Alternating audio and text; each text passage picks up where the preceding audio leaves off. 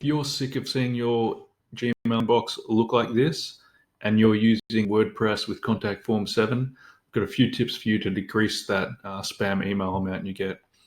So there's two ways to do this with contact form 7.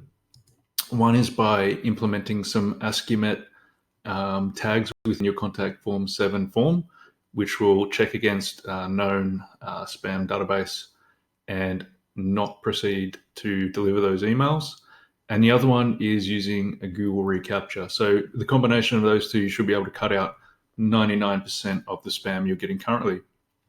So step one, within your WordPress dashboard, go to your contact form 7 plugin options, go to your contact form and edit it. And what you want to do is add the spam filtering tags from ASCII. There's 3 fields that you can enter these. There is the author name, author email, and author URL. So you can use 1, you can use 2, you can use all 3. It just depends which fields you're collecting on your email form. For this example, I'm not collecting the URL, so I'll show you how to implement the author and author email tags, and that should be enough from there. So within the form content, you can see your text, name field for the person's name, and all you need to do in here is after the name, the text name ID, add this bit of code here. So ASCII author, and in the input email one, I've got ASCII _author_email. So I'll provide a link to this document, but that's basically all you need to do.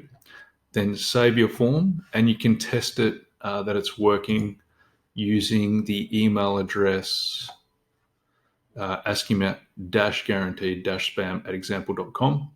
So you'll be able to test your form, and as long as that gets flagged as spam, it should be good to go. The other way to do it, the second option to add is you go into integration, and we'll implement Google reCAPTCHA spam protection.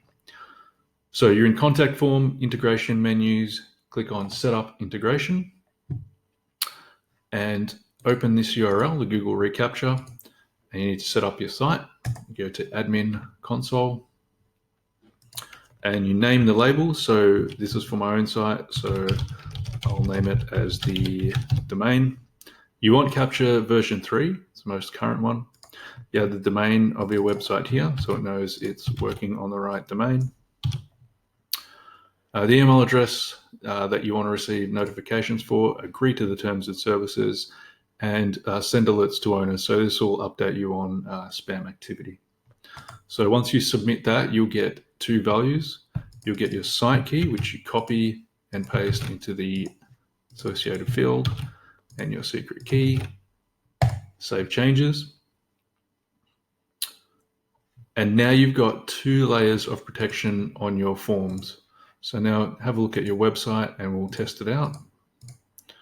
Grab that email address that we can test with, and we'll go to our contact form. So here we see that the form looks okay.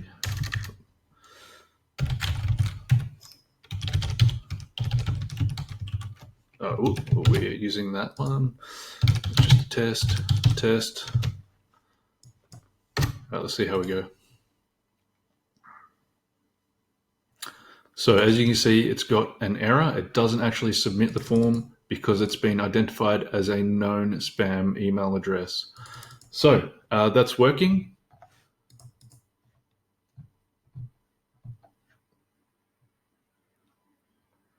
And in the background, we've got the reCAPTCHA working.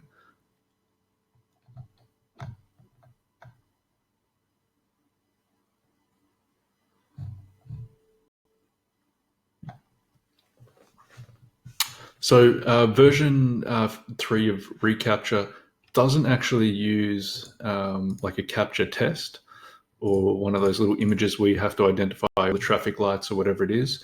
It works in the background, just intelligently works in the background, determining whether or not it's a bot accessing the site and submitting a form or a real human. So I'll include links to both the Google CAPTCHA and the Ask-A-Met filtering, but that should be all you need to do to implement in your site to reduce all that spam and have a really clean, actionable inbox. I hope that helps. I'll see you soon.